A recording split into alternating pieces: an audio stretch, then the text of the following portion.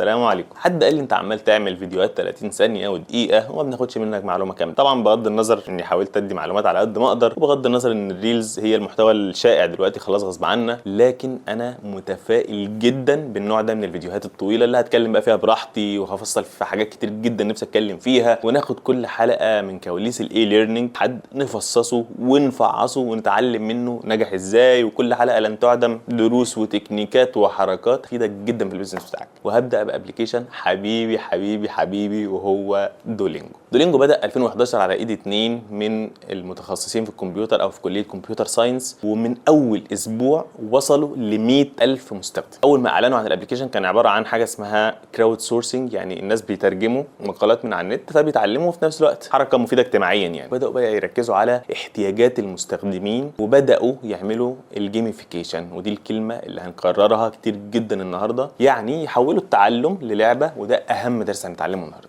البيزنس الحقيقي لازم يبقى مبني على احتياج قوي. لن ايأس اني في كل حلقه اتكلم عن اهميه بناء البيزنس على احتياج حقيقي، واتحداك تجيب لي اي بيزنس بيكسب مش بيلبي نيد فعلا قوي. حتى عم سيد بتاع الفول اللي انت بتشتري منه، مع انه مش الاقرب ليك، ممكن يبقى بيهزر معاك، ممكن يبقى بيزود لك طحينه، المهم انه في حاجه تخليك تروح له. في قصتنا دي بسبب ان الاثنين مهاجرين احتاجوا كمان يتعلموا اللغه ومروا بحاجات من اللي احنا مرينا بيها واحنا بنتعلم، فعشان كده كانوا حاسين جدا بالاحتياج ده، وبنوا فعلا البيزنس بتاعهم على احتياج فعلا، وجع فعلا حقيقي. وده فعلا مش كلمه مجازيه، يعني فعلا احنا بنسميه بين بوينت. يعني ايه وجع حقيقي، او يعني ايه نيد فعلا قوي؟ يعني بيلمس المشاعر والاحتياجات الانسانيه، يعني عند شريحه كبيره جدا من الناس، يعني برضو في منافسه قليله او في مساحه كبيره جدا ايه للمنافسه. طبعا في حالتنا دي المؤسسين 2 مهاجرين فحاسين بالاحتياج ده، وبنوا فعلا البيزنس بتاعهم على الاحتياج ده. طبعا انا كنت ناوي هنا اعمل مقدمات كتير واتكلم عن تفاصيل ليها علاقه بالمؤسسين وغيره، بس انا هحاول على قد ما اقدر ان انا دايما ابقى بدخل في صلب الموضوع على طول، فخلينا نسيب الشوربه والسلطات وندخل على طاجن العكا. الميزه التنافسيه. هتقول لي في حاجه قلتها في البدايه وانا عديتها لك،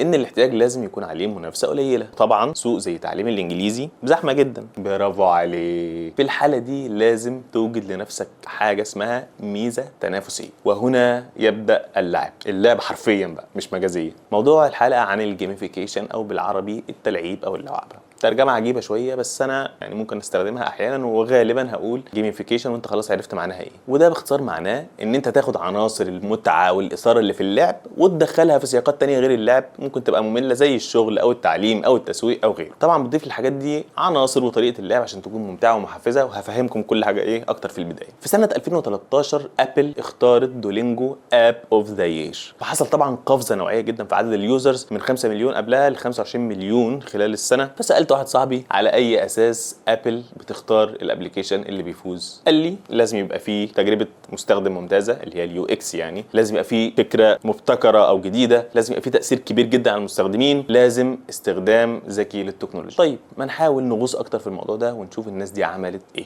من اكبر العوائق اللي بتقابل التعليم هي الملل. التعليم مش انترستنج، خلينا صراحه، سيبك من الدكتور او صاحبك الدحيح اللي بيذاكر 20 ساعه في اليوم، التعليم فعلا مش انترستنج زي اللعب او الافلام او السوشيال ميديا. كفايه خوف من المجتمع بقى، وبالتالي اقبال اقل والتزام اقل واستمراريه وكومبليشن ريت اقل. وهنا بدات عبقريه مؤسسي دولينجو. ازاي نخلي من الشيء الممل حاجه ممتعه، وازاي نجعل من الحاجه المفروضه علينا الحاجه فعلا حابين نعملها. شوف ازاي استخدموا الجيميفيكيشن عشان من اول خالص ان هم يقدروا يخترقوا السوق. عملوا كاركتر للبراند اللي هو براند كاركتر، اللي هو دو، الشخصيه اللطيفه اللي بتشجعك وتنكشك وفي نفس الوقت ايه فيها شقاوه كده. الناس بتحب وتثق في الاشخاص اسرع بكتير جدا من الشركات والمؤسسات، فانت حاسس انه شخص دمه خفيف وفي علاقه بينك وبينه. وده بيودينا لنقطه ثانيه مهمه جدا، هي خفه الدم. كل ما تقدر تربط بين البراند بتاعك وبين مشاعر حلوه هتخليني احبك اكتر. فلما دولينجو تبقى صورتها الذهنيه عند الناس هي اللعب وخفه الدم والهزار والنكش، ده بيبني علاقه تخلي الناس فعلا مرتبطه بشكل ايجابي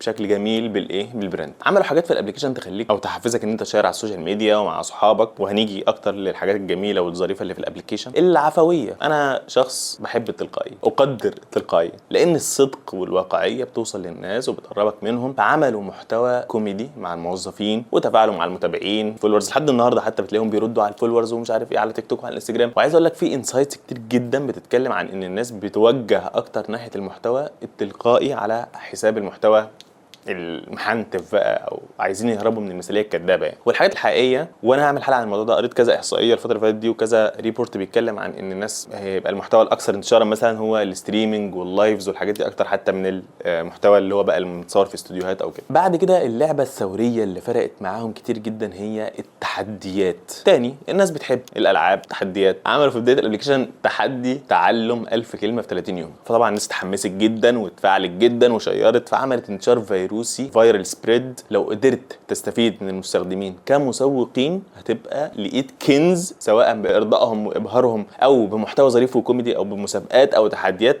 اي حاجه زي كده. عملوا مسابقات في المدارس، وده فيه كذا حركه ذكيه انهم انتقوا الجماهير المهتمه بالفعل، عملوا شراكات هتفيدهم وتفيد اسم البراند خاصه في البدايه وتكسبهم ثقه الناس. ده ابلكيشن بيعلم اللغه فمحتاج يكتسب ثقه مؤسسات ممكن تبقى الناس بتحبها اكتر او بتثق فيها اكتر في الوقت ده. برضه عملوا حاله من المنافسه والتحدي خلت الطلبه هتتجنن وتكسب بعض. مسابقات الترجمه، لاحظ ازاي استخدموا الجيميفيكيشن في الماركتنج، وبعدين هقول لك ازاي بقى استخدموه تعليم نفسه. عملوا مسابقه تحفه منافسه على اللي هيترجم مقالات اكتر، فالناس اتنافست في حاجه مفيده، وفي نفس الوقت كان في حاله المنافسه وفي ليدر بورد اللي هي لوحه الشرف او ايا كان هنسميها ايه. وضربوا عصفور تاني وهو المسؤوليه المجتمعيه او السوشيال ريسبونسبيلتي، ان هم ليهم دور مجتمعي، وده طبعا برضو بيديهم ثقه وصوره مجتمعيه احسن. انا كل ده عمال اتكلم في تكنيكس هم عملوها في الماركتنج ليها علاقه بالجيميفيكيشن. انا مش عايز نبقى ايه بنسمع وخلاص، انا عايزك تحاول ترفلكت وتشوف ممكن حاجه زي كده تفيدك ازاي، او ممكن تقدر تطبقها ازاي في البيزنس بتاعك او في الكورس بتاعك او كذا. الريفيرلز، ودي براندات كتير جدا بتستخدمها عشان في البدايه بالذات يبقى في حافز عند الناس ان هم يجيبوا بعض. ده اللي هو لو حد مثلا استخدم الابلكيشن من خلال الكود بتاعي فده هيديني خصم او كاش باك، وفي نفس الوقت الطرف الثاني اللي هيستخدمه ده ممكن ياخد خصم برضه او حاجه، فده بيديني حافز وبيديله حافز ان هو يجي من خلال الكود بتاعي او البرومو كود بتاعي. عندك افكار زي دي تقدر تستخدمها في الماركتنج؟ احنا قلنا افكار كتير جدا، 100% في حاجه تقدر تستفيد منها او تقدر تطبقها عندك في الماركتنج في الاكاديمي اللي انت فيها او حتى في البيزنس عامه. عايز ارجع اتكلم عن اللعب وارتباطه بالانسان، وبعدها هرجع احكي لكم عن دولينجو عمل ايه بعد كده. محتاج اصبركم كل شويه عشان معدل الانتباه يا دوبك يعني. من قريب كنت مع ابني في كيدز ستيشن وكنت مبسوط جدا وحاسس اني بتلك بصراحه عشان العب. طبعا انا بقول الاسم البراند عادي، انا مش كريستيانو رونالدو يعني. وعملت سكان سريع كده للمكان، فلقيت اباء وامهات اللي موجودين طبعا مش باعتين الدادات يعني، لقيتهم برضو مبسوطين وبيلعبوا زي. كنت بحضر الحلقه دي ففكرت ان سبحان الله ربنا زرع في الانسان حب اللعب ودافع وغريزه الاستكشاف او الاكسبلوراتوري درايف عشان الطفل يكتشف العالم حواليه ويتعلم. تخيل الطفل ما بيحبش يلعب، قاعد كده ما بيعملش حاجه، هيعرف امتى ان الشخبطه على الحيطه تعمل لوحه فنيه، وان الكاتشب بيقع على الهدوم بيبقعها، وان الشبشب بيتحط في الجزامه مش في الثلاجه؟ يعني كل دي حاجات الطفل مش هيعرفها الا بالتجربه. لكن سبحان الله الطفل بيجرب حاجات كتير جدا وبيسال اسئله كتير جدا عشان يقدر يتعلم ويتطور، وبيفضل شويه من الغريزه دي مكمله معانا كبشر يعني لما نكبر كمان. عشان ايه؟ عشان نساعد بقى كمان الطفل بقى ده على اكتشاف العالم، ونبقى كمان احنا حابين نلعب معاه او حابين ايه نساعده على موضوع اللعب والتعليم ده. الموعظه من القصه دي ايه؟ ان ربنا جعل اللعب اصلا ليه؟ عشان نتعلم. فليه انا كواحد بقى بتاع تعليم ما استخدموش فعلا في اللي ربنا خلقه عشانه؟ خاصه ان الانسان البالغ بقى كمان بيحب اللعب برضه، وبيحب يكسب وبيفرح بالمكسب وبيتضايق من الخساره، نفس بالظبط المشاعر اللي عند الطفل الصغير ناحيه اللعب. ذكاء وشطاره دولينجو لم تقف عند استخدامهم للجيميفيكيشن عشان يخترقوا السوق، لكن بقى كمان بنوا الابلكيشن نفسه بطريقه كانت هي الميزه الاساسيه في الابلكيشن بتاعه عشان ينجح. هقول لك ازاي عمل الابلكيشن بطريقه مسليه جدا خلت فعلا استخدام الابلكيشن متعه مش درس ممل ودمه تقيل. اول حاجه مثلا عملوا النقط او الاكسبيرينس بوينتس او الاكس بيز او ايا كان نسميها ايه. لما انت كل الحاجات اللي بتكلم عنها دي هتلاقيها مطبقه في 50 لعبه وحاجات كمان غير الالعاب لو بدات يعني تحلل اللي انا بقوله. لما بتلعب وبتكسب او بتجاوب صح يعني بتلاقي جالك نقط او سكور معين، وده بيخليك تحس بايه؟ بالمكافاه الفوريه، وبيخليك تحس بالتطور. انا في حصل تطور فعلا في حياتي او في اللغه بتاعتي او في اللي انا بتعلمه، وبالتالي تتشجع تكمل وتتعلم اكتر. تاني حاجه الاتشيفمنتس او البادجز اللي هي بقى ايه الاوسمه او البادجات او الجوائز اللي انت بتاخدها يعني. دي كمان من اهم عناصر الجيميفيكيشن. والله الدولينجو ده فعلا نموذج ومدرسه في استخدام الجيميفيكيشن. اللي عايز يتعلمه فعلا لازم يدرسه كويس قوي. فاكر لما كنت بجاوب في المدرسه مثلا وتجيب درجه حلوه وتاخد نجمه او ستيكر كنت تفرح بتفرح ولسه بتفرح بحاجات شبه دي، والناس فعلا بتستخدمها في الحياه زي الاوسمه او الميداليات او الشهادات. ايه القيمه الفعليه للموضوع ده؟ القيمه الفعليه فيها الاحساس بالانجاز، وان الناس بقى كمان تشوف الانجاز بتاعي ده. هعرض لكم دي مثلا ايه بادجاتي على دولينجو. طبعا استخدمت دولينجو عشان كنت بحضر الحلقه، بس خلاص يعني اتورطت بقى معاه وعرفت ناس على الابلكيشن. الناس كتير جدا من ساعه ما عرفتهم الابلكيشن بيستخدموه لحد النهارده بدون انقطاع. فلعبت الصبح هتبقى مثلا نجم الصباح، لعبت بالليل هتبقى سائرون نياما، غلطت وعدلت هتبقى المصلح. يعني كل حاجه عامل لها بادج عشان يشجعك ان انت عملت حاجه صح، برافو عليك انت عملت حاجه صح. مع انه ممكن انت وانت بتلعب مثلا او بقى بتتعلم يعني عادي، يعني انا بالعكس انا غلطت وصححت غلطي، ما تفكرش فيها في كانجاز يعني. بس هو راح عامل لك حاجه زي كده عشان تحس بان انت ايه انجزت، تحس بالانجاز اللي انت عملته. وكل حاجه من دول بتملى جواك حته معينه وبتفرحك وبتتريجر دوافع انسانيه معينه زي الانجاز او التاثير الاجتماعي او الاونر شيب، التملك، او يعني كل دي حاجات بتلمسها الحاجات ايه اللي هم بيعملوها دي، التكنيكس دي. من اهم الحاجات لوحه المتصدرين او لوحه الشرف او الليدر بورد، ودي من اهم واشهر الجيميفيكيشن ميكانكس. شوف انا دلوقتي في مصطلحات هتسمعها هبدا افصلها بعدين، بس ايه بحاول اخلي الموضوع سموث. يعني لما تشوف اسمك بين منافسين وكل ما تلعب او تتعلم تطلع وتسبق، شعور فعلا رهيب. انا مره روحت من الشغل قبل ما الليجو يخلص، اللي هو المرحله اللي بيقفلوا بعدها الليدر بورد ويفتحوا الليدر بورد ثانيه، وفضلت اعمل دروس كتير جدا ورا بعضها عشان افنش الاول. وكان فعلا شعور مليان ايه ادرينالين يعني، ومفيد في الاخر. يعني انا مش حاسس بالذنب، بالعكس ادرينالين كويس. يعني من الميكانيكس الستريك او ايام الحماسه او شعلات الحماسه. برضو انت ممكن تلاقي اختلاف في المصطلحات، يعني هتلاقي حد مسميها اسم، حد مسميها اسم تاني، مش مشكله. المهم ان هي نفس الايه نفس الكونسيبت. يعني وانت مطالب كل يوم تعمل درس على الاقل عشان تحافظ على ايام الحماسه دي او الستريك بتاعك، وبالتالي بتضطر تدخل كل يوم عشان ما تخسرش اللي انت انجزته. واللي ما جابوش الرغبه في النقاط بيجيبوا الخوف من الخساره، حكمتك جاتك. وده مبدأ نفسي اسمه loss aversion او تجنب الخسارة، واللي برضو لو لاحظت هتلاقي بيزنس كتير جدا بيستخدمه زي سناب شات او تيك توك. برضو عاملين فكرة زي دي، اشهر طبعا في سناب شات. كل ما تحافظ على الشات يوميا مع شخص بتحافظ على الستريك بتاعك، وده بيعلي السكور بتاعك. بالمناسبة يعني دي برضو ايه السكور احنا اتكلمنا عنها، سناب شات برضو بيستخدمها. وده معناه برضو بالمناسبة انه الميكانيكس دي انه مش بس بتوع الالعاب اللي بيستخدموها، لا هتلاقي بيزنس كتير جدا بتستخدمها حواليك وانت ممكن ما كنتش ملاحظ. طبعا اثر الحاجات اللي دولينجو عملها دي انا شفتها على نفسي وعلى الناس حوالي. انا بقول لك في حد صاحبي بعت لي سكرين شوت من قريب مكمل 400 يوم، كل يوم بيعمل الدرس بتاعه على دولينجو. ففكره الاستمراريه دي، هو يعني صديقي ده فينيشر يعني وبيكمل وكذا، لكن الابلكيشن فعلا شجعه وساعده. وخلي بالك موضوع انك تشجع الناس تفتح كل يوم ده من اهم الميتريكس اللي لازم تعرفها وتبص لها كابلكيشن او يعني سوفت وير. ودي حاجه اسمها الدي اي يو او ديلي افريج يوزرز. دي من الحاجات برضو اللي ممكن نتكلم عنها اكتر بعد كده. يعني كام واحد بيفتح الابلكيشن يومي، وده مهم لانه مؤشر قوي وواضح جدا ان منتجك فاليبل وان هو مهم للناس، وبالتالي احتماليه ان هم يقعدوا فيه اكتر واحتماليه انه المستخدمين بتوعه يزيدوا اكتر. تمام. من الميكانيكس اللايفز او القلوب خبراء في الجيميفيكيشن فعلا، يعني مستخدمين كل الميكانيكس تقريبا او معظمها. يعني زي كل الالعاب اللي في الدنيا عندك عدد محاولات معينه، فطبعا هتركز وتحاول ما تخسرش. وطبعا في حاجات بتشحن او بتملى القلوب دي تاني، وده برضو يعتبر نفسيا خوف من الخساره، هيدفعك اكتر لايه للتركيز. في بعد كده البروجرس بار او الليفلز، انا بتطور وبتقدم وشايف بعينيا ان انا عمال اعدي بحاجات او انا عمال اتطور. ولما بشوف ده بقى فيجوالي هحس بيه والمسه اكتر، حتى لو انا عارف ان انا اوريدي بتطور. بس لما اشوف ده قدامي فيجوال بحس ايه بالقيمه اكتر او بحس بالتقدم اكتر. وده طبعا برضو مستخدم في 100 حاجه مهم تستخدمه في الكورس بتاعك، لان ده بيحسسني ان قطعت شوط، فبيصبرني ايه ان انا اكمل معاك لحد الاخر. الكاركترز او الشخصيات الكرتونيه، شخصيات بتشجعك وتهزر معاك وبترتبط بيها، ودي بطبيعه الحال بتساعدك ترتبط اكتر بالابلكيشن. انا اقصد بقى كمان غير شخصيه دولينجو في شخصيات تانية في الابلكيشن نفسها انا بدات يعني اعرفهم، وكل واحد ليه شخصيه معينه كده او كاركتر معين بيبدا ايه انت تعرفه مع الوقت. في الاشعارات اللطيفه، مثلا هتلاقي اشعارات زي ايه دو نوز وير يو ليف،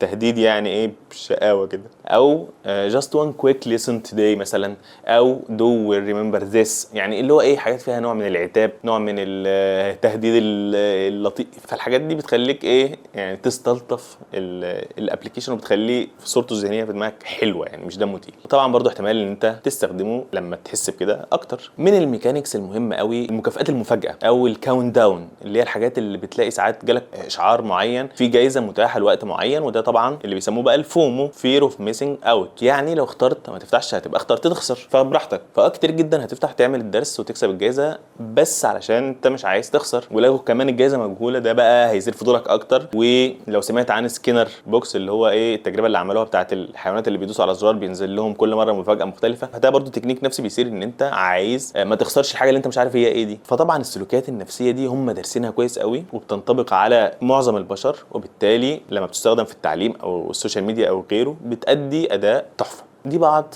مش كل الميكانيكس طبعا بتاعه الجيميفيكيشن اللي استخدمها دولينجو عشان المستخدم يستمتع ويتسلى وهو بيتعلم، وبالتالي يفتح الابلكيشن اكتر عدد مرات ويستخدمه اطول وقت ممكن، وبالتالي اكبر عائد على المستخدم واكبر عائد ربحي. هتقول لي سمعتك بتقول ميكانيكس، عمال تكرر كلمه ميكانيكس. ايه الميكانيكس؟ انا قلت لك انه الجيميفيكيشن انك تاخد عناصر التلعيب وتضيفها لمجالات تانية عشان تكون ممتعه. طيب عناصر التلعيب بقى دي هي اول حاجه عشان تبقى فاهم انا بتكلم عن ايه. اول حاجه الهدف اللي انا عايز اوصل له او اللي بيسموه الجولدن اكشن، الاكشن الاساسي اللي انا بعمل الحركات دي عشان ايه المستخدم يعمله. دي حاجه. الحاجه اللي بعد كده الجيم ميكانيكس زي الحاجات اللي احنا اتكلمنا عنها دلوقتي، هوضح لك طبعا الحاجات دي اكتر. بعدين الكور لوب، بعدين الدوافع او الكور درايفز او الداينامكس، المحركات بتاعتي كانسان يعني. وبعد كده السرديه او الناريتيف بتاعت القصه، واخر حاجه المؤثرات البصريه والصوتيه. هوضح لك حاجه ازاي ابني جيميفيكيشن سيستم في برنامجي التعليمي. انا خلاص برافو عليك، انا فهمت ان الجيميفيكيشن حلو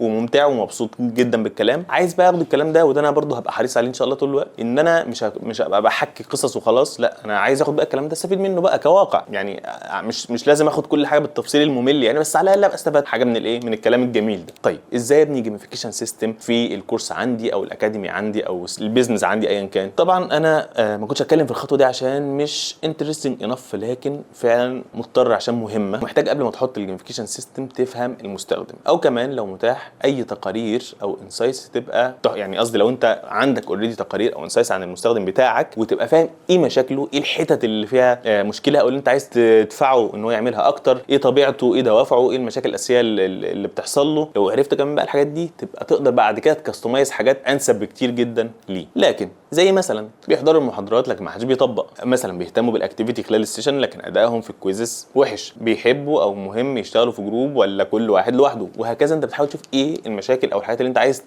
يعني تخترع لها حاجه عشان تزودها عند الناس او تحسنها عند الناس. في كمان درجه ادفانسد شويه من تحليل المستخدمين هقول لك عليها، بس ما تتشتتش. لو فهمتها واستفدت بيها تمام، حسيت انها معقده كنسلها عادي جدا، ما حصلش حاجه. في نموذج اسمه بلاير تايبس. يعني ايه؟ يعني في 4 نماذج من البلايرز او اللاعبين، في الناس اللي بتلعب اي جيم عامه في 4 انماط. اول حاجه الاتشيفرز، الناس اللي اهم حاجه عندهم ينجزوا ويعدوا ليفلز ويخلصوا مهام وميشنز، ودول بيحمسهم جدا ايه الحاجات اللي هي زي السكور والبادجات والليفلز والكلام ده. في النوع الثاني الاكسبلوررز، ودول اهم حاجه عندهم الفضول، فده بقى بيحب ايه جوائز اللي هي المخفيه، الحاجات الغير المتوقعه، يحب مثلا بيضه كندر طبعا بغض النظر عن المقاطعه، فده اكتر حاجه بتحفزه. في السوشيالايزرز، ودول اللي اهم حاجه عندهم بقى ايه شكلهم قدام الناس، يحب يشو اب، يحب يشير اللي بيعمله، يحب يشتغل في تيم، ده اهم حاجه عنده الجانب الايه الاجتماعي او التواصل. في النوع الرابع والاخير هو الكومبيتيتورز، ودول اللي اهم حاجه عندهم يغلب بقى الطرف الثاني او يسبق او يبقى هو الاول، بيحب يقارن ويحب ينافس. انا مش عايز حاجه الا ان يكون الاول، وده طبعا يعشق مثلا حاجه زي الليدر بورد، يتضايق جدا ويتحرق جدا في المنافسات 1 على 1، ويحب مثلا جدا الرانكينج والترتيب ويشوف ان هو الاول وهكذا. طبعا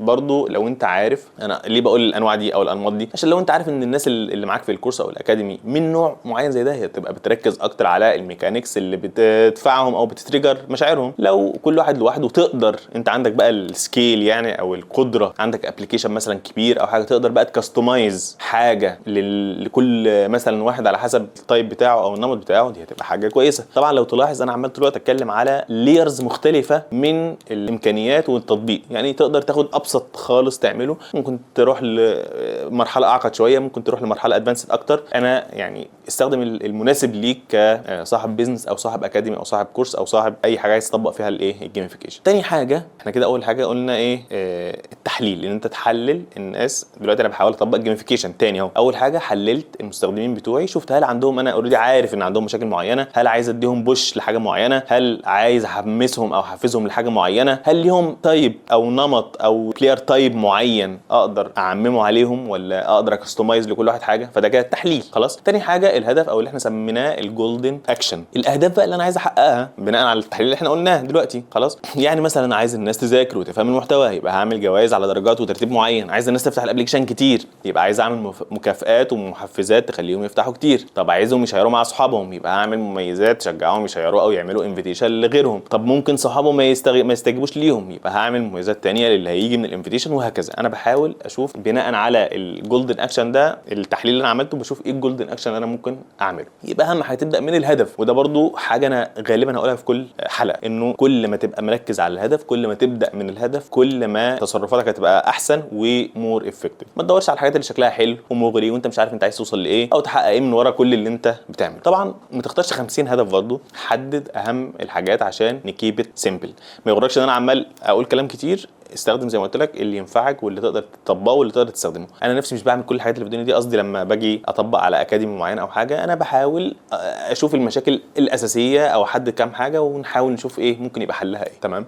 بعد كده الجيم ميكانكس، ودي اللي اتكلمنا عنها لما قلنا دولينجو عمل ايه عشان يسلي الناس ويجيبهم ويحببهم في الابلكيشن. الجيم ثالث حاجه بعد التحليل والجولدن اكشن هي الجيم ميكانكس، ودي اللي اتكلمنا عنها من شويه، وقلنا انه دولينجو بيعمل حاجات كتير عشان يسلي الناس ويحببهم في الابلكيشن، زي السكور والليفلز والبادجات واي حاجه بتحفزني اعمل الهدف اللي انا عايزه. هي دي الايه الميكانكس. طبعا انا اتكلمت عنها بس ايه هعدي على حاجه بسرعه. في 3 هم الاشهر وفي ناس بتعتبرهم هم الجيميفيكيشن، اسمهم PBL، ودول اللي قلناهم من اول حاجه.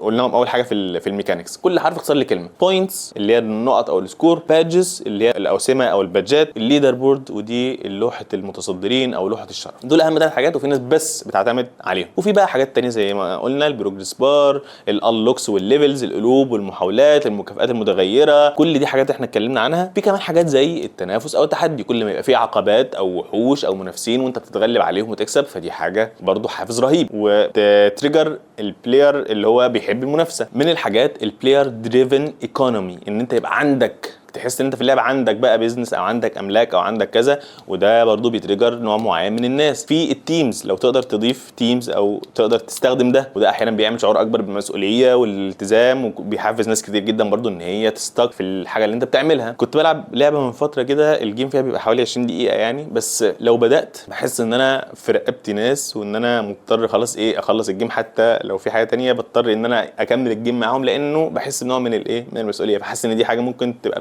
بتريجر مثلا مشاعر. يعني في المينينجفول تشويز، يعني يبقى في سيناريوهات في اللعبه، لو اخترت مثلا حاجه يحصل كذا معينه يعني هيتغير مسار اللعبه او سيناريو اللعبه. لو اخترت حاجه تانية فده بيحسسك بايه بنوع من الكنترول والتحكم، او بيحسس بقى المستخدم يعني، فبيخلي ناس كتير جدا برضو تتحمس وتكمل. الانسان غلبان والله. طبعا في عشرات الميكانكس يعني، وكل يوم ممكن كمان يخترعوا، يعني هي مش حاجه خلاص اتعملت وخلصت، دي حاجه لو اي حاجه جديده لقينا ان هي بتتريجر مشاعر ومحفزات الناس، خلاص يبقى دي تعتبر ميكانكس او جيم ميكانكس يعني. بس دي اهم الميكانكس. وانا اعمل لك مفاجاه هديه كده، شيت فيه 50 ميكانيك، كل ميكانيك ايه الكور درايف بتاعه، يعني ايه الحافز اللي وراه، ممكن يفيدك لو انت عايز تعمل ايه في البيزنس بتاعك او الاكاديمي بتاعتك. فاكتب لي في الكومنت جيم وهبعت لك الشيت ده. بعد كده بعد الميكانكس الكور لوب، ودي حاجه انا كنت عارفها قبل ما احضر الحلقه. يعني انا بقى عندي اكشن عايز احققه في جايزه، تمام خلاص، بقى عندي جولدن اكشن وعندي ميكانيك بتوصلني للجولدن اكشن ده، لازم يكون بقى في دافع يخلي المستخدم او اللاعب يكرر الاكشن ده. يعني ايه فايده ان في جايزه او بادج بس خلاص هو في نهايه الكورس، يبقى انا استفدت ايه؟ يبقى ده مش هيخليني اعمل حاجه بعد كده. لكن لازم يبقى في لوب، اللي هو كل ما تعمل ده، كل ما تعمل حاجه معينه توصل لهدف معين، فلما توصل لهدف معين ده تاخد جايزه فتتحمس تعمل الحاجه دي تاني. فهمتوا الفكره؟ يعني خلقت عندي دافع بس لازم تستخدمه بقى، ما تبقاش عامل لي الدافع ده مره واحده انا مش هستخدمه او مش هتستفيد بيه. فهمتوا الفكره؟ او مثلا يبقى في بادج او شهاده من غير ما تسهل انه يشيرها للناس، يبقى كده برضو استفاد منها ايه؟ انت بتشوف الحاجه اللي انت عاملها دي، الجولدن اكشن والميكانيك ده ازاي يقدر يتكرر وازاي انا استفيد منه كدافع كل مره ببقى عايز ادور عليه. هتقول لي الموضوع مش واضح قوي، يعني اعمل ايه برضو عشان احقق النقطه دي؟ هقول لك مثلا اولا الجوائز والمحفزات تكون خلال الموضوع، مايلستونز مش في الاخر خالص خالص عشان استفيد منها. مثلا برضو ان يبقى سواء السكور او المكافآت تكون بتفيدني، بتفتح لي حاجه، بتديني ميزه معينه علشان احس بالانجاز اللي انا اخدته، وهكذا. بعد كده كانت دوافع او الداينامكس. انت عمال تتكلم، عمال تقول لي الدوافع النفسيه للمستخدم او اللاعب. ممكن لو ما فيهاش تقال عليك تقول لي ايه الدوافع دي؟ حبيبي عينيا، في راجل محترم اسمه يوكاي شو تقريبا، يعني ياباني او حاجه زي كده، قعد ذاكر سلوكيات الناس وايه الدافع ورا كل حاجه الناس بتعملها، وقال انهم كل اللي الناس بتعمله مرتبط بحاجه من الثمان كور درايفز او الدوافع الاساسيه دي. اي حاجه الناس بتعملها هيبقى وراها حاجه من الحاجات دي، تمام؟ وبالتالي اي ميكانيك من اللي احنا عملناها برضو وراها دافع من الدوافع الثمانيه دي من الحاجات اللي بالمناسبه لو عرفتها خير وبركه، ما عرفتهاش مش هتضرك، المهم انت عرفت الميكانيك. فهمتوا؟ اول حاجه الابيك مينينج او الرساله او القضيه او المبدا. يعني الانسان بيحب يكون جزء من قضيه كبيره او مجموعه، وده بيملى عنده احساس بالانتماء او القيمه، سواء بقى ممكن يبقى دين، ممكن يبقى وطن، ممكن يبقى فريق كوره، حتى ممكن يبقى فكره معينه او مبدا معين. المهم ان كل ما يبقى جزء من معنى او رساله كبيره كل ما ده بيملى عنده حاجه معينه. وده من ارقى الدوافع الانسانيه طبعا لو في سياق مش غلط، وحاجه نقدر نستخدمها في الجيميفيكيشن. لما تدخل مثلا منافسه او مشروع تخرج مع تيم او كذا، بتحس ان هي مسؤوليه، بتحس ان هي مهمه كبيره. او مثلا لما دولينجو عمل مسابقه لترجمه المقالات، ده يعتبر عمل تطوعي بس برضه فيه رساله نبيله، وهكذا. دولينجو نفسه كان عنده رساله كبيره جدا نبيله في البدايه لما قالوا انه الناس كلها من حقها تتعلم مجانا، فدي تعتبر رساله وقضيه كبيره. الدافع الثاني هو التطور والانجاز. الانسان بيحب يحس انه بينجز وبيترقى، وده يعتبر اكبر دافع موجود في الجيميفيكيشن، وبيحفزوا كل الميكانيكس اللي بتحسسك بالانجاز والتطور، زي السكورز، زي اللودنج بار، زي البادجات وغيره. ثالث حاجه الفيدباك او الكرياتيفيتي، الابداع والتجربه. شفت مثلا اختك وهي خارجه من المطبخ بالكيكه كلها فخر وسعاده وانتصار، ده لانه الانسان بيحب يكرييت ويبدع حاجات جديده. والجيم ديزاينرز برضو بيستخدموا الدافع ده لما يخلوك تخترع حاجه زي مثلا ماينكرافت او الالعاب القايمه على ايجاد الحلول او صناعه حاجات. الدافع الرابع احنا دلوقتي بنتكلم عن الكور درايفز اللي بتدفع مشاعر الانسان في اي حاجه بيعملها، واللي بتستخدم في الجيميفيكيشن، يعني بنحط الميكانيكس على اساسها، وبتستخدم في حاجات كتير جدا بالمناسبه، وانا بستخدمها في الكونتنت بتعمل لي اداء رهيب، وممكن تستخدمها في البيزنس، ممكن تستخدمها في حاجات كتير قوي. الحاجه الرابعه هي الاونرشيب او التملك. البيبي تاني كلمه بيقولها بعد ماما بتاعتي. الانسان عنده شعور التملك او انه عايز يبقى يعني ايه متملك او عنده اونرشيب، فدي من الدوافع الاساسيه عند البشر، واللي ممكن برضو تستخدمها كتتريجر الحافز ده عند الناس. شوف بقى مثلا المزرعه السعيده، الناس الكبيره شويه اللي فاكره الكلام ده، او بقى البيت اللي انت بنيته في ماينكرافت او ايا كان، يعني تحسه كده ايه صاحب ملك بجد، عامل بيت وقاعد مرتاح بقى فعلا، يعني عمل بيت بجد. وده لانه فعلا استثمر فيه وقت وحس بالتملك، فعلا استثمر فيه وقت ومجهود وابداع وكذا، فانت الحاجه اللي استثمرت فيها فعلا بتحس فيها بنوع من التملك، صح ولا لا؟ عشان كده الالعاب برضو بتخليك تمتلك بروفايل او نقط او فلوس، يعني حاجات رمزيه او افاتار شكل يعني، او انت بقى كمان بتلبسه وبتجيب له حاجات. المهم انه زي بابجي مثلا، كل دي حاجات انت بتستثمر فيها عشان تحافظ عليها بعد كده وتهتم بيها وتخاف ان انت تخسرها. في دولينجو مثلا انت بتجمع جيمز او جواهر وبتشتري بقى لبس للشخصيه ممكن، فعندك برضو ما تخسره. خامس كور درايف السوشيال انفلونس، اللي هو التاثير الاجتماعي، وده من اقوى برضو الدوافع الانسانيه. انا كنت ممكن ارتبهم بالمناسبه من الاقوى للاقل يعني، بس المهم ان انت عرفت الثمان كور درايفز. الفريم ورك ده اسمه اوكتاليسيس فريم ورك، تمام؟ انا حاسس كل مره بقول اقوى حاجه واهم حاجه، يعني ممكن عشان كلهم مهمين. يعني احنا دايما بندور على، انا دلوقتي بتكلم على السوشيال انفلونس، انا دايما بندور على القبول والتقدير والحب في الناس يعني حوالينا، وفي نفس الوقت عايزين نبقى متميزين واننا نكون احسن وعندنا يعني اكتر من الناس ونتفاخر عليهم وكذا. احنا مشغولين جدا بالناس وبالصوره الاجتماعيه اللي عند الناس. فمصممي الالعاب استغلوا برضو ده، الجيم ديزاينرز استغلوا ده في الليدر بورد، في البادجات، في الشهادات، في اي حاجه بتقدر او تحب ان انت تشيرها وتفتخر بيها. سادس كور درايف هو السكيرستي او الندره. بالمناسبه الدوافع دي والميكانيكس دي هتلاقيها بتستخدم كتير جدا حواليك برضو في البيزنس المختلف، في التسويق والبيع والاداره واليو اكس والميديا كل حاجه. المهم الندره او ان في حاجه قليله وهتخلص، او ليميتد تايم، او في كاونت داون، ده سبب كافي بيخلي الناس تتسابق عليها. انا عايز الحق قبل غيري ما يلحق. تمام. وبرده الالعاب بتستخدم ده الحافز ده كويس جدا، مكافآت ومميزات محدوده جدا. اي كاونت داون بيلمس الحته دي. الليميتد اديشن بيلعب على النقطه دي. من قريب كان في كورس كنت متردد اشتريه، بعتوا لي مسج في فلاش سيل مده ساعتين. طبعا كنت محرج جدا ان انا فاهم التكنيك اللي هم بيعملوه وعارف انه ده عشان يعني يضطروني ان انا الحق، بس انا كنت يعني بعت لهم كده وانا محرج جدا، قلت لهم فعلا عايز اشتري. اللابوبو، يعني اللابوبو من اهم عوامل انتشاره ان في شكل من اشكال انه في ندره، في حاجات اديشنز معينه مش موجوده كتير، في حاجات انت بتشوف انت هتجيب حاجه شبه الناس ولا مختلفه ولا حاجه شكلها متميز عن غيرك. فدي من الحاجات اللي اللابوبو انت في ناس كتير مش فاهمه ايه اللي خلى عروسه دمها تقيل زي كده وغاليه جدا زي كده ان هي تنتشر. استخدمت حاجات كتير جدا زي دي، منها النقطه دي. سابع حاجه او سابع كود درايف الكيوريوسيتي او الفضول. لسبب ما الحاجه المجهوله او الغامضه بتستفز يستكشفها، وده الحافز الرئيسي ورا مثلا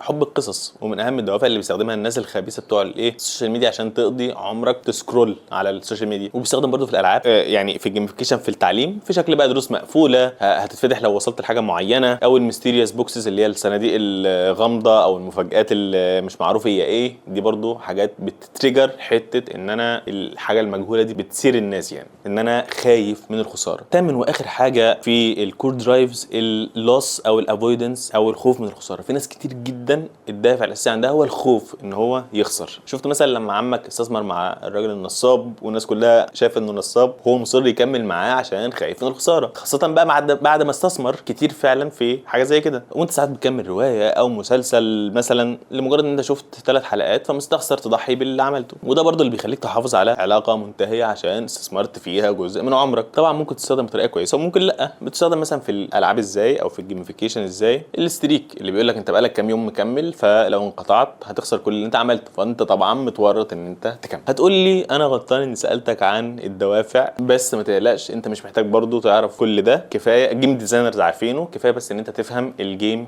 ميكانكس اللي انا قلت لك عليها، وهبعت لك الشيت بتاعها. انت مش محتاج تعرف ايه الدوافع دي، لو فهمتها هتفيدك طبعا. لو هتحس ان انت اوفر خلاص كبر دماغك. نرجع دلوقتي لعناصر الجيميفيكيشن. احنا قلنا التحليل، الجولدن اكشن، الميكانكس، اللوب، الكور درايفز. دلوقتي جينا لسادس حاجه هي السرديه او الناريتيف. يعني ايه؟ هي برضو مش ناس كتير بتعملها او في ناس ما بتعملهاش، بس لو اوجدت للعبه بتاعتك او الجيميفيكيشن او الابلكيشن بتاعك باك جراوند للي انت شايفه، او يعني الميشن اللي انا بعملها دي بعملها ليه، في بقى وراها حاجه كبيره او روايه كبيره، ده بيشجع ناس كتير جدا ان هي تتحمس اكتر، لان ده ببساطه بيضخ مشاعر كتير جدا للمستخدم وبيورطه في احداث القصه وبيحسسه ان جزء من مهمه كبيره. اتكلمنا عن الايبك مينينج من شويه، انا حاسس انت ممكن تبقى بدات تروح مني، بس ستي وذ مي خلاص. هتقول لي كلام جميل، بس هتقول لي مش سهل ان انا اعمل قصه في كورس، مش كفايه عمال اجاريك في موضوع الجيمفيكيشن ولسه ما فوقتش منه. من اعجب الناس اللي استخدمت الموضوع ده ابلكيشن اسمه زومبي ران تقريبا، يعني حاجه زي كده، وده ابلكيشن جري فتنس، بس عمل لك بقى ايه قصه كأن العالم بينتهي وفي زومبيز بيجروا ورانا وفي مهام، وانت بتحط الايربود او الهاند فري وعمال بقى ايه سامع كأن انت في عالم الزومبي وبتحاول تجري منهم، ولو بطأت او حاجه بتسمع كأن الزومبي هيلحقك. هو طبعا معتمد 100% على الصوت، يعني مفيش فيجوالز عشان انت بتجري، يعني بتستخدمه وانت بتجري، بس الفكره نفسها فيها جيميفيكيشن عبقريه. وفي موقع لتعليم البرمجه اسمه كود كومباكت. الموقع ده بيعمل ايه؟ قايم على فكره برضو انه في لعبه وفي مهام وانت بتضطر تحل مساله او الكودنج عشان تقدر تحل ايه، تعدي المهمه دي او كذا. وفي امثله برضو، انا بحاول كل حاجه اجيب لك عليها مثال ولا اتنين، بس هتلاقيها لو انت دورت هتلاقي امثله كتير جدا في حاجه زي كده. يعني التعليم الممتع، انت ممكن تسرش بكلمه edutainment، يعني جزء education على جزء entertainment، ودي كلمه انا عرفتها من قريب، بس اتوقع ان هي تبقى يعني ليها حضور قوي جدا قريب او الفتره الجايه، خاصه بقى لانه دمج الترفيه بحياتنا عامه بقى ترند، وبقى اتجاه الناس كلها رايحه ليه في ظل الملل السريع وادمان الدوبامين اللي بنعيشه يعني. ده سابع حاجه واخر حاجه تقريبا في عناصر الجيمفيكيشن هي المؤثرات، سواء البصريه او السمعيه. هتقول لي طب كده تحفه، انا حاسس اننا عرفنا ايه عناصر الجيمفيكيشن وعملنا تقريبا كل حاجه، بس في بقى سنه بهارات في الاخر لو زودتها هتضيف كتير جدا للموضوع. طبعا ده احنا بنتكلم على حاله لو في ابلكيشن او ويب سايت. لو انت ما عندكش ده، او يعني قصدي التجربه بتاعه المستخدم بتاعتك مش قايمه على ابلكيشن او ويب سايت، الموضوع ده مش هيهمك انت قوي. لكن لو في موبايل ابلكيشن او ويب سايت، دي من الحاجات اللي بتعمل فيدباك لوب، اللي هو ايه، انت لما بتعمل انجاز معين فيطلع لك بقى مره مثلا ايه، كانه عارف انت الاحتفال ده، حاجات بتطير كده، او صوت، او صوت الصح والغلط، اللي هو صوت علامه الصح ده، او تيت، اللي هي الحاجات دي بتخليك تحس اكتر بالحاجه. زي ما قلت لكم من شويه، ممكن ابقى عملت حاجه صح عادي مش حاسس، لكن لما يظهر لي احتفال كده احس انا عملت حاجه صح او حاجه حلوه. والعكس برضو، ممكن اعمل حاجه غلط عادي مش حاسس بمشكله، لكن لما يطلع لي تيت او شاشه حمراء او كذا، احس ان انا ايه يعني بتخض او بحس ان انا عملت حاجه غلط. فالاصوات والجرافيكس بتحسسك بالانجاز اللحظي، وبتخليك برضو ايه، بتساعد ان انت تتحمس اكتر وبتديك مشاعر اكتر. كنت بستخدم ابلكيشن تو دو ليست، ولما كنت بعمل عدد تاسكات معين في اليوم، تقريبا 5 تاسكات، كان بيعمل لي صوت وجرافيكس كده وبتاع، فكنت بحس بالايه، بيبروز لي الانجاز اللي انا عملته. في حاجه اخيره هي الاونبوردنج. بمعنى ايه، انا خلاص عملت جيميفيكيشن وعملت كل العناصر اللي انت اتكلمت عنها، سواء كان بقى كورس اونلاين او في مكان او موبايل، خلاص كله تمام. انت بقى بتحتاج عشان تستفيد من السيستم او الجيميفيكيشن اللي انت عملته ده، ان انت تعرف بقى الناس، عشان يعني حتى انت لما تفتح لعبه جديده او حاجه، بتلاقيه كده ايه، عامل لك تور، عمال يقول لك دي كذا وتقدر تزود دي بكذا، لو عملت كذا بيديك كذا، علشان تستفيد بقى من الحاجات اللي انت عملتها، العناصر اللي انت عملتها دي تستفيد منها، فبتعرف الناس. وده الاونبوردنج. اخر حاجه انا كنت نازل العنصرين دول تقريبا، هي التقييم والتحسين المستمر. وده تقريبا عنصر في اي سيستم بتبنيه، انه بعد ما تعمل اللي انت بتعمله ايا كان هو عظيم وبيرفكت، انت محتاج مع الوقت تقعد بقى ايه، تبص تاني، تحلله، تشوف اداؤه، هل هو حقق الهدف اللي انت كنت عايز تعمله ولا لا. واي حاجه بتعمل في البدايه ممكن يعني غالبا بتبقى ناقصه وفيها مشاكل، فقيم باستمرار وحاول تصلح المشاكل وتحسن الادوات عشان تحقق هدفك بشكل احسن. سيبك بقى من كل الكلام ده، انا عارف انك حاسس دلوقتي بالايه، بالتخمه يعني اوفر، بس كان لازم تعرف عشان بقى نحول الكلام ده لواقع ونطبق عملي. اولا، غير الشيت اللي فيه 50 حاجه ده، انا 50 جولدن اكشن هبعته لك، بس هديك شويه نصايح بسيطه تقدر بقى تترجم كل الكلام اللي قلته ده لفعلا ايه، جيميفيكيشن سيستم عندك في البيزنس او الاكاديمي. نصائح عشان وانت بتعمل جيميفيكيشن تعمل ده كويس، ما تتشتتش بقى في كل اللي انا اتكلمت فيه ده. اول حاجه، ابدا بالهدف، ما تبداش ابدا في حياتك عامه او في البيزنس تفكير في الادوات او الوسائل. فكر اول حاجه في الهدف، انا عايز اعمل ايه، هدفي ايه، هدفي كذا، وابدا بعد كده ايه، بريك داون الهدف ده عشان تقدر تشوف هتحققه ازاي. لو اتسحلت مع الادوات فعلا هتتشتت ومش هتخلص، لكن لما يكون تفكيرك طول الوقت جول فوكسد، هتقدر تعمل اللي يحقق هدفك بدون تشتت. ابدا ب5 ل10 اهداف بالكتير. لو لسه بتبدا بكورس يعني ممكن ما تعملش اكتر من 5 اهداف، وواحده واحده شوف اكتر حاجه فيها مشكله او هدف عايز تحققه وخدم عليه على اساسه بالجيم ميكانيكس المناسبه. الحاجه اللي بعد كده، بسط الموضوع عشانك وعشان الناس، ما تتحمسش بقى وتاخد الكلام ده كله تروح تعمله وتعمل سيستم معقد ومليان قواعد ويبقى عيب عليك وعلى الناس. خلي الموضوع على قد ما تقدر بسيط. برضو خلي بالك الموضوع ما يروحش ناحيه المنافسه المؤذيه او الناس تبقى متضايقه او حاسه بنوع من الضغط والتوتر. بالعكس، انت عامل الموضوع عشان يبقى مسلي، فما تعملهاش بطريقه تضايق يعني. ابدا بافكار وطريقه تنفيذ جاهزه. اخر حاجه يعني، ما تخترعش العجله. ما تقعدش بقى ايه تقول انا هحط سيستم، يعني خلاص هي الحاجات ميكانيكس معروفه. لما تبقى بقى ان شاء الله جيم ديزاينر ساعتها تبقى ممكن تخترع حاجات، لكن ما تخترعش دلوقتي. في حاجات اوريدي جاهزه، في افكار معروفه الناس بتعملها، حاول تعملها ببساطه. هتقول لي سيبك بقى من الكلام ده كله، اللي عايز يتعلم وعارف مصلحته هيروح يتعلم، مش محتاج تحفيز.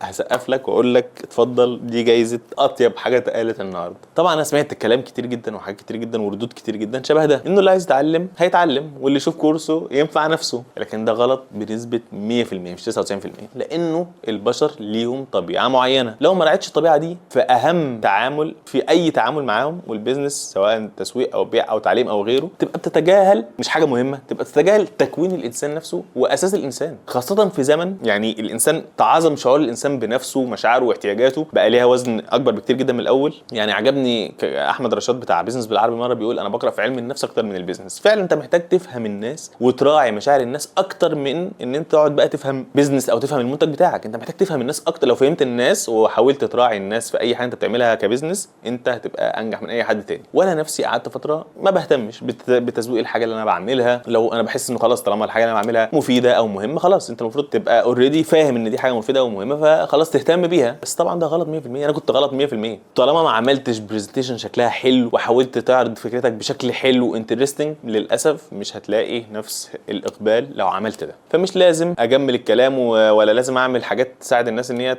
تتعلم. ده كلام للاسف غلط 100%. واديك شايف بقدم لك كلام يعني ضرر بس بقى تشقلب عشان اصبرك يعني. وسبحان الله نفس المعنى يعني ربنا رزقنا بالاكل والفواكه وكذا، عملها بالوان واطعم مختلفه عشان يشجعنا ان احنا ناكلها. والا يعني ربنا ما قالش مثلا ان الانسان عارف مصلحته كده كده هياكل، لا يعني ربنا راعى انه الانسان ملول وانه دايما محتاج حاجه تحمسه وتشجعه ان هو يعمل اي حاجه حتى لو مهمه جدا زي الاكل والشرب. فربنا جعل لنا الاكل والشرب نفسه متنوع مختلف عشان يحمسنا، وطعمه حلو عشان يحمسنا ان احنا نتناوله، مع انه حاجه فعلا ضروريه جدا. وبص للبيزنس الناجح والبراندات الناجحه حواليك هتلاقي الكلام ده متطبق بالحرف. ودولينجو عملوا ده بامتياز في كل جوانب البيزنس. عشان كده سواء الابلكيشن نفسه او الماركتنج طول الوقت بيحللوا المستخدم، بياخدوا قرارات على اساسه، بيزنس كاستمر فوكسد. حتى لو عرفوا انك بتذاكر في الحمام هيعملوا لك دروس مناسبه للحمام. هتضحك، ده حصل فعلا. عملوا دروس حمام عشان الناس اللي بتدخل تستخدم دولينجو في الحمام. احنا نسينا ان احنا بنتكلم عن دولينجو. انا هرجع خلاص تاني اكمل القصه بتاعتنا. انه ركز على كل ده كنت بتكلم ان هو عمل الابلكيشن بشكل يخلي الناس يعني انترستد ومتحمسه وهي بتستخدمه.